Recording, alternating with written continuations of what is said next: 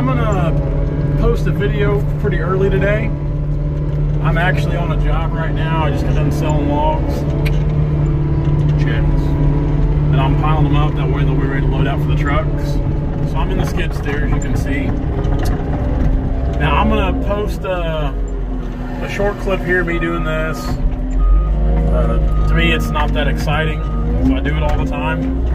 Where you can see me, I'm trying to work now. I've actually got some new phone mounts ordered. That way I can mount the camera on the skidder here in the skid steer. Kind of work with two hands. So the clips I'm going to show today are actually Wednesday when I went to Mark Timber. I videoed there, but I really didn't have enough Wednesday to post a good video. So I'll go ahead and post them in this video today. And you guys can see one of the next jobs we're going to work, see what it looks like. Get in there. Got them. I know you can't see it. Alright, so come out to Richmond, Virginia and see us in a week.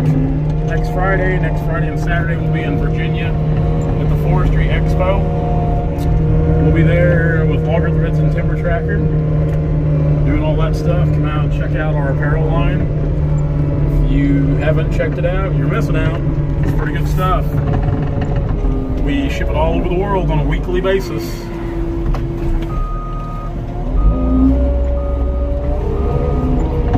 Sometimes my logs roll. Anyway, guys, thanks for watching our videos. Be sure to like, comment, subscribe.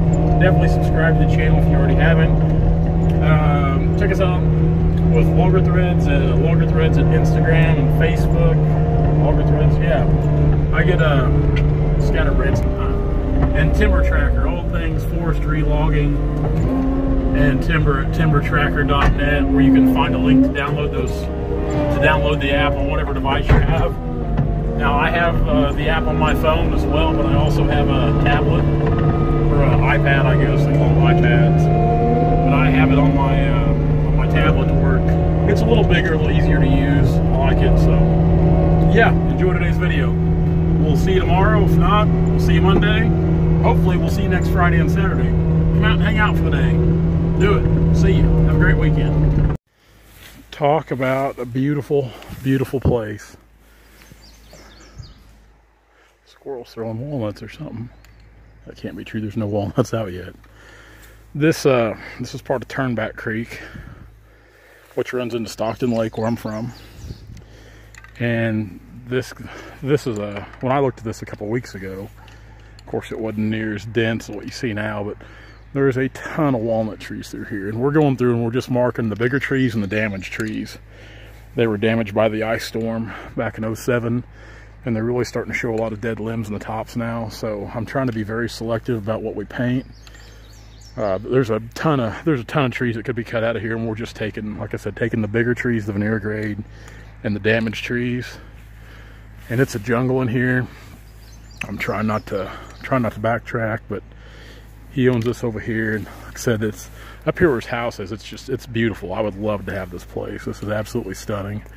Creek spring fed, just crystal clear cold water. It's really, really a beautiful piece of ground. He's on a tractor over here, kind of out in the open, and we're down here in the jungle. I guess that's what it is. And this, in the summertime, this is always rough cutting along these creeks. I do love it so. Now, he did have somebody else look at these trees and decide to go with us to cut them. And I didn't mark them the first time through. I just kind of walked through an eyeball, but he wanted us to mark them to show him what trees we were interested in, which I was fine with. I could understand, because he's not wanting to get carried away with it. So, like I said, ton of small, good residual trees growing. They're everywhere. That's about the extent of it on this end, I think. We'll walk a little further down here, see if we see anything. We're back off the creek up in the hill now. The creek's right down there. This timber's been cut before. It's been a long time, but I've seen some walnut tops and some old stumps. Seen some oak stumps too, which I've seen some young white oak growing here. Ouch. I need to really start wearing my chaps even when I look at timber. Wading through these rose bushes and briars.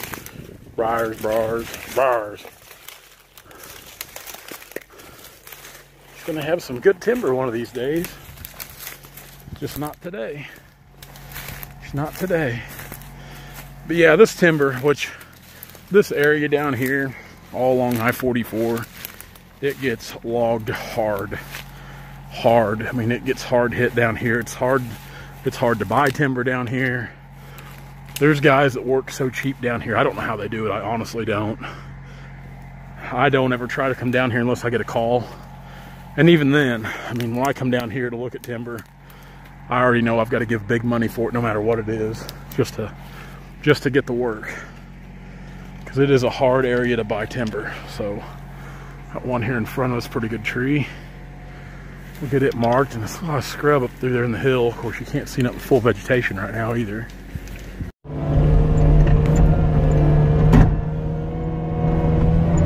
Not even shifting into the high gear, just taking it easy. I'm about to turn the air conditioning on though, it's starting to get warm. It's amazing how if you got a cab machine, it doesn't matter if it's only 40 degrees out, if the sun is shining, you're coming through this glass, you've got to have air conditioning. You will burn up. I can remember one summer when we still had our 548G, the air conditioning went out of it that summer, and it was hot. And, you know, I was young and dumb like I still am. I mean, it wasn't gonna deter me from dragging logs. And I drug logs in that skidder that summer. I will guarantee it was like 120 degrees in the cab of that skidder. You would get out into like the 90-degree weather there, and it just felt amazing getting out of that skidder into like the hot summer air. All right, now we're shifting into the high gear.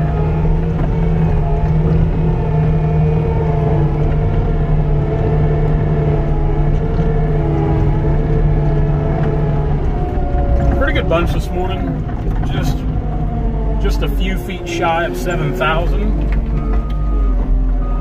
I wasn't upset with that. I was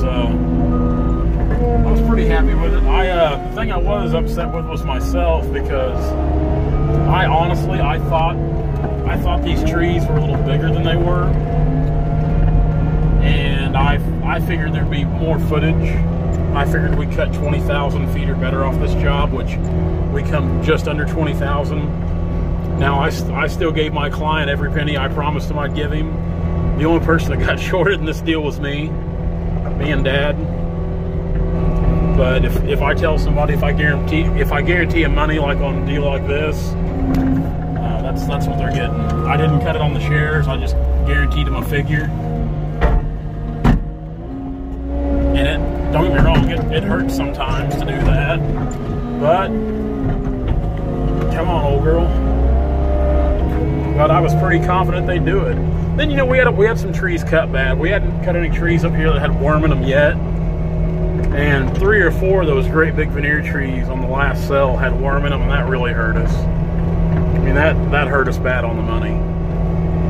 It knocked those logs down a few price brackets just because of that worm. Bird peck, whatever you guys want to call it. Everybody's got a different name for it, it seems like.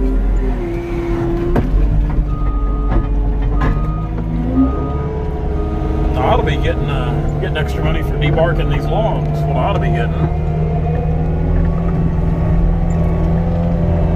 That old girl there, it brought some money this morning.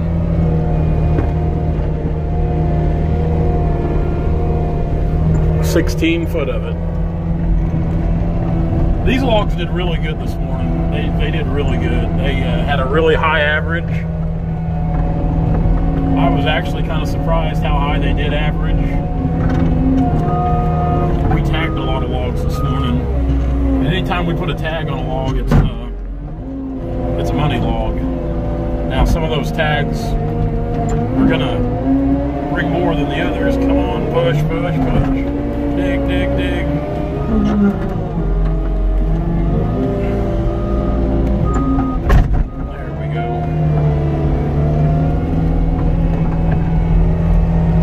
Yeah, a lot of tags this morning, and that's good because it ran our average up there really high. And I always like to see that good high average on the logs.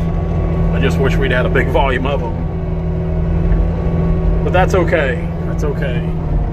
I was happy just to have the work, and I know you guys probably get tired of saying this, but I'm always extremely thankful for every job I get. I try to go above and beyond for my clients, my landowners. Anytime I get a job, I try to do all I can to help them out. Just like when I get done stacking these logs, the bucket's going on, we're going to clear some roads out. But I like to do all I can to show my appreciation, because I'm extremely grateful for all the work I get. And I'm grateful for people that have patience with us, because we do buy a large amount of timber and we try to get to everybody just as quick as we can, but it's hard sometimes, man, especially when you figure in factors like the weather, things like that. You know, it seems like logging, you're always working against time. There's a lot of things that are against you, and weather's always one of them. Right there is where I want you. Ooh, that's a big pull. Big pull. There we go. So yeah, we try to get to everybody just as quick as we can, but it doesn't always work that way. So thank you everybody that's, sells us timber, that's patient with us, because it does mean the world. And I promise I'm never ignoring or blowing you off, but it just takes us a while.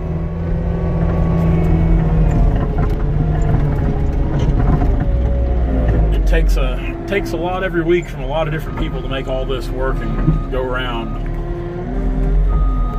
When it comes down to the trucking end of it, log buyers, Dad, me, it's a lot of people to make all this come together like it does.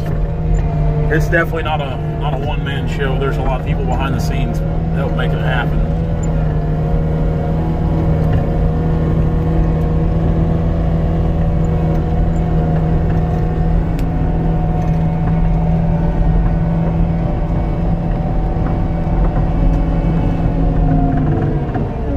That's a big log. That's gonna be heavy. Boy, she wants it. She wants it. I really need to get my weights put on here.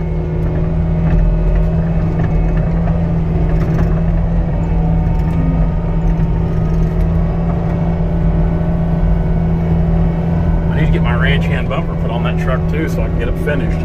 Still got to put the welder on and the ranch hand on. The truck will be done.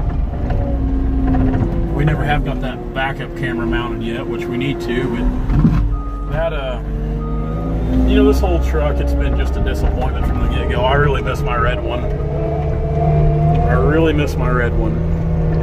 Me and my red truck, we just had a magical love affair, I think. And don't get me wrong, this black truck's really nice, it is, but it's been, ever since the day I picked it up, it's not been what I wanted, it's not been what I ordered. We've had a headache with that, and I don't know how long I'm going to keep it. I don't know. I might order a new truck sooner than expected. As I stated in previous videos, this will probably be my last extended cab truck. And the only reason that is just because of resale value. Because I like the extended cab truck personally, myself, I do. But for resale value, as far as trading vehicles in, really need to go with the 4-door, because they got a higher resale value. They'll give me more for it. I mean, of course, you're paying a little more for it too, but when you go to trade, you make up on that.